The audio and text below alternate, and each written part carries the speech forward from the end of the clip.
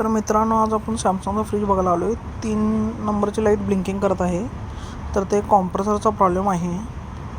तर PCमध्ये पण 3 वेळा ब्लिंक व्हायला लागलं आहे. चेक करूया.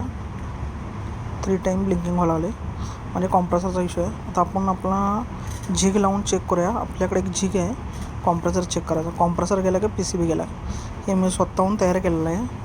तर याच्यामध्ये पण 3 वेळा ब्लिंकिंग होत आहे. तर कॉम्प्रेसरचाच इश्यू आहे. तर ज्यावेळी आपल्याला कॉम्प्रेसर बदलायचं असते त्यावेळी 50%च्या आसपास आपण स्टेपवॉल चेंज केलेला बरं असतं.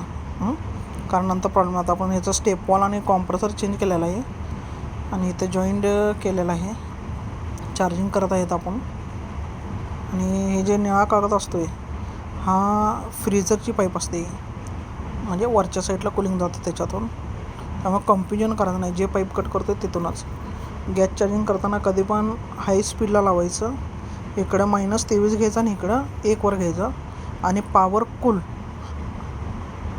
आणि पॉवर फ्रीजर करायचा, म्हणजे आपलं आतमध्ये फास्टमध्ये कूलिंग चालू होतं. आता वरचा आपण डक्ट ओढून बघूया.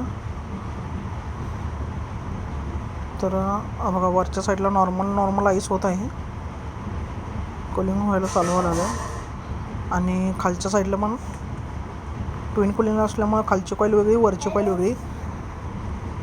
तर इथं पण आईस पकडत आहे बघा. झालं, ओके.